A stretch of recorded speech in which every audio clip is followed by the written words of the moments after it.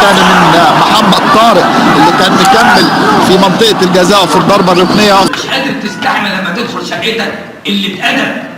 تعالى بس ارفع لي البنطلون اعمل معروف.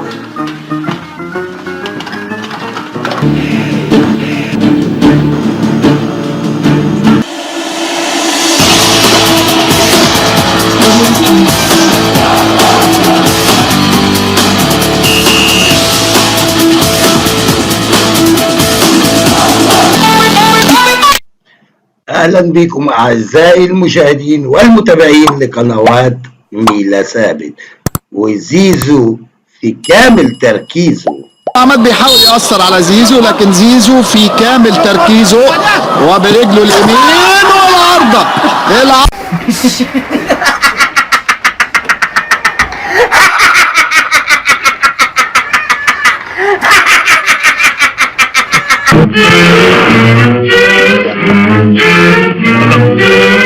تمتم هي جت فيك يا ماما.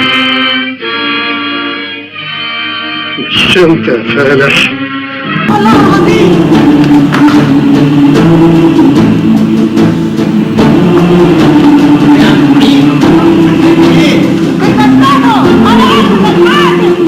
وزيزو فقد تركيزه وضيع الكورة وخلع، هرب، بلاش خلع لأنه شكله كتير هيخلع.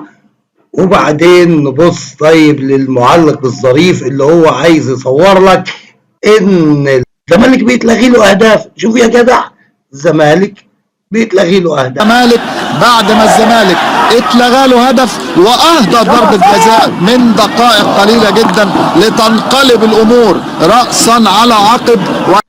حاجة غريبة يا جدع، هو المعلق ده ما شافش المباراة ولا ايه؟ وشاف الداخلية وهي بتقبض على الزمالك، قصدي يعني بتطيح بالزمالك والفرص الكتيرة اللي في المباراة وجات للداخلية وضاعت فرص بالجملة. في العمق شوية. خلينا نشوف الضربة الحرة كالعادة. سمير فكري يلعبها عالية جوه منطقة الفوز.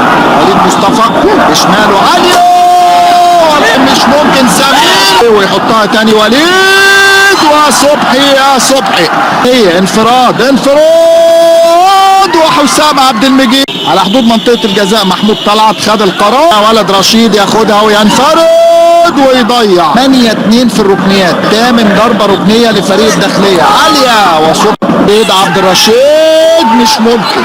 قطع تاني جوه منطقة الجزاء. سكر يستخلص.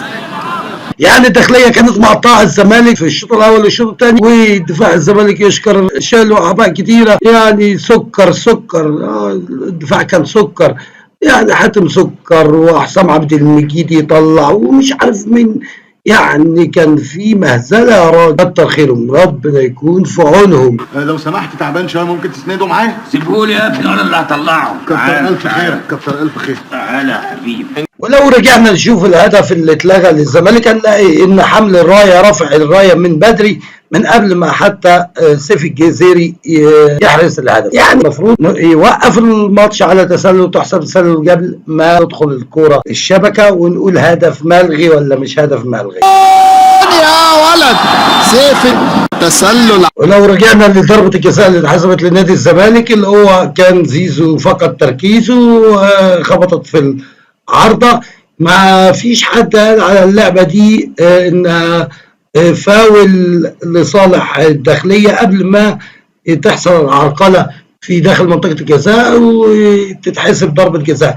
يعني ما حدش شاف دي ولا فار رجع الكره من البدايه وقال لك ان في دوس على القدم لاعب الزمالك لدفاع الداخليه.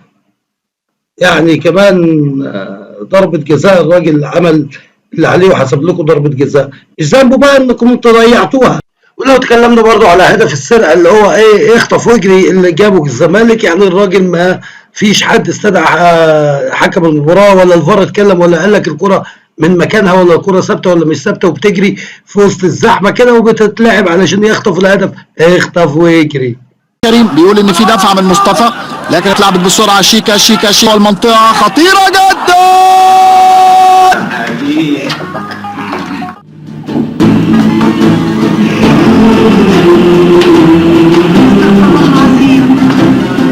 تعالوا نشوف بقى الاخ اللي اتعمد اثاره الفتن ولازم يجيب سيره الاهلي في جمله مفيده. هل هو بيعلق على مباراه الزمالك مع الداخليه؟ هل هو بالاهلي لازم يجيب الاهلي لازم يعمل الحركات بتاعته؟ تعال نروح للنقطة الثانية وهي تعادل نادي الزمالك مع الداخلية.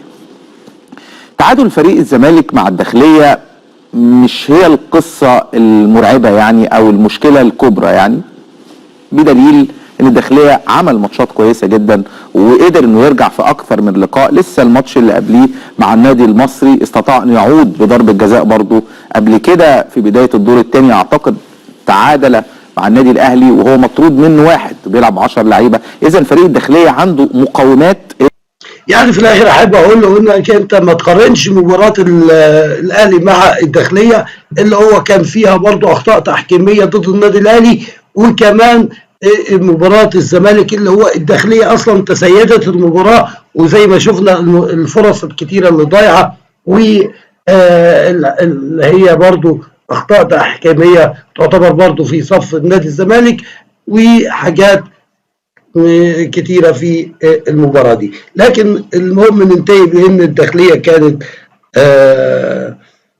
محاصرة الزمالك من جميع الجهات، ما كانش فاضل إلا أن الزمالك يرفع الراية البيضاء ويستسلم كل بليلة. ده انتوا يا راجل خليتوا الخواجة يلطم بالمصري واللعيبة قربت تطلع من هدومها.